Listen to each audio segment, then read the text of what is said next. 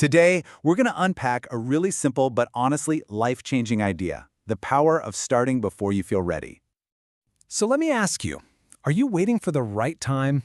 That perfect moment to launch your business or start that creative project or finally learn that new skill? If you are in good company. So many of us do this. And this feeling, it pulls us into what you could call the endless waiting game. It's a game a lot of us play without even knowing it, and its whole purpose is to keep us right where we are, on the sidelines. I mean, we all know the lines, right? I'll start when I have a totally bulletproof plan. Oh, I just need to take one more course, then I'll be ready. We're waiting for some perfect opportunity to fall from the sky or for this huge wave of confidence that, let's be honest, might never actually show up. But here is the absolute truth, and this is so important to get. You will never feel 100% ready.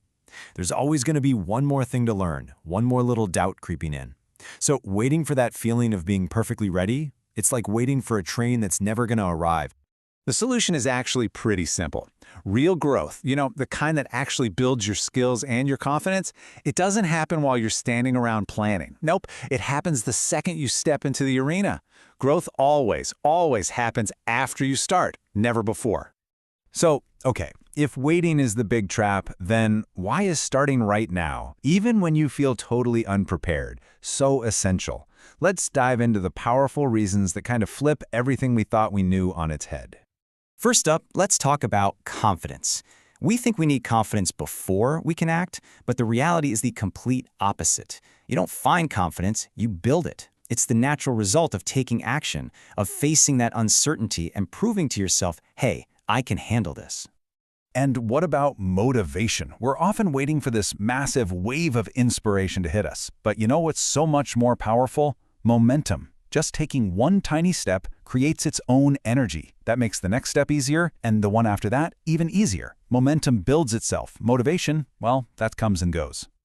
And then there's the perfectionism trap. Oh, this is a big one. Trying to create the perfect start feels really productive, but a lot of the time it's just fear wearing a clever disguise. The real goal isn't a flawless beginning, it's just making progress.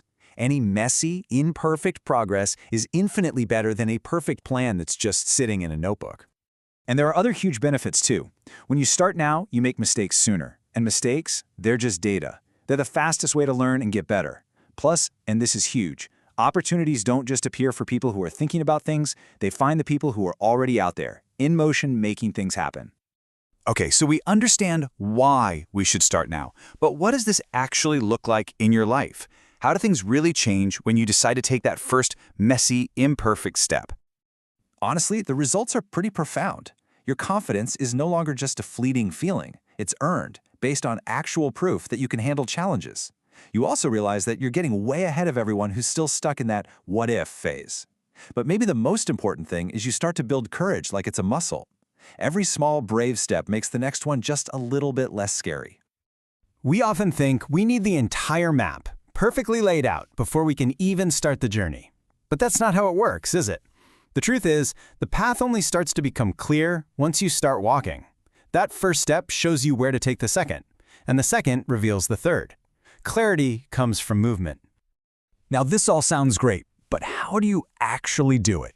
How do you take that first step when you feel totally and completely unprepared? Let's get really practical and break down a simple action plan. All right, here's your game plan. First, just take one small, imperfect step today. Not tomorrow, today. Then take that huge goal you have and break it down into the tiniest possible actions. Next, shift your focus.